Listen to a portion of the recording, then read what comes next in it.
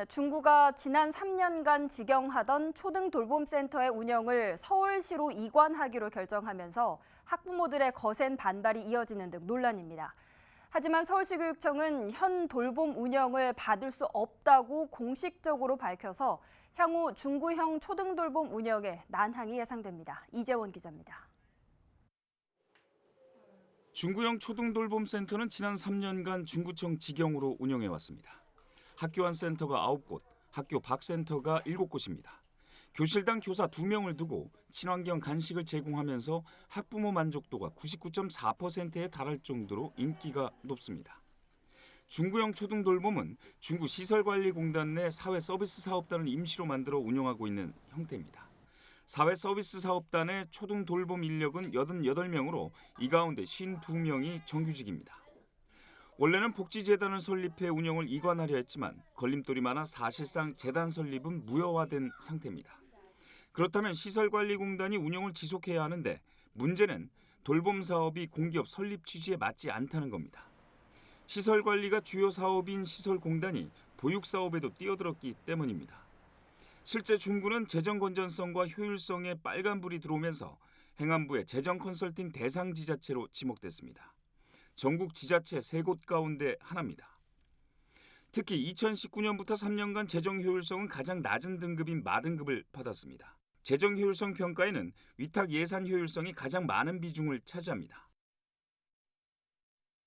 당초 중구시설관리공단 설립 목적과 취지가 퇴색하는 상황이 일어났습니다.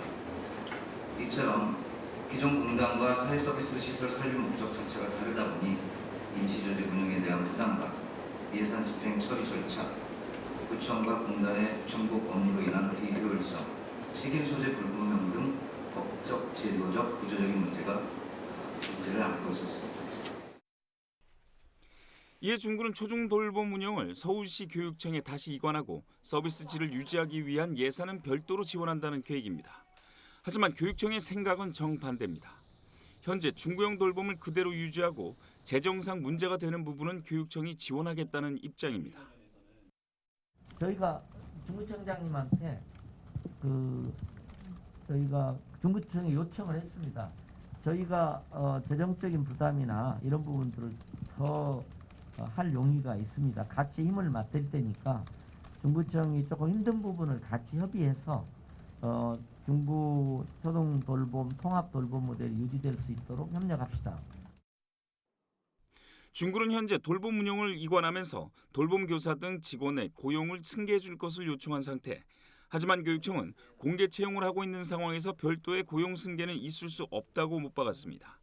중구형 돌봄 교사들의 복잡한 고용 계약을 떠안을 수 없다는 계산으로 보입니다. 게다가 서울시 교육청의 돌봄 1교실, 1교사제 방침에 따라 중구형을 채택할 경우 25개 지자체 형평성에 맞지 않다는 입장입니다.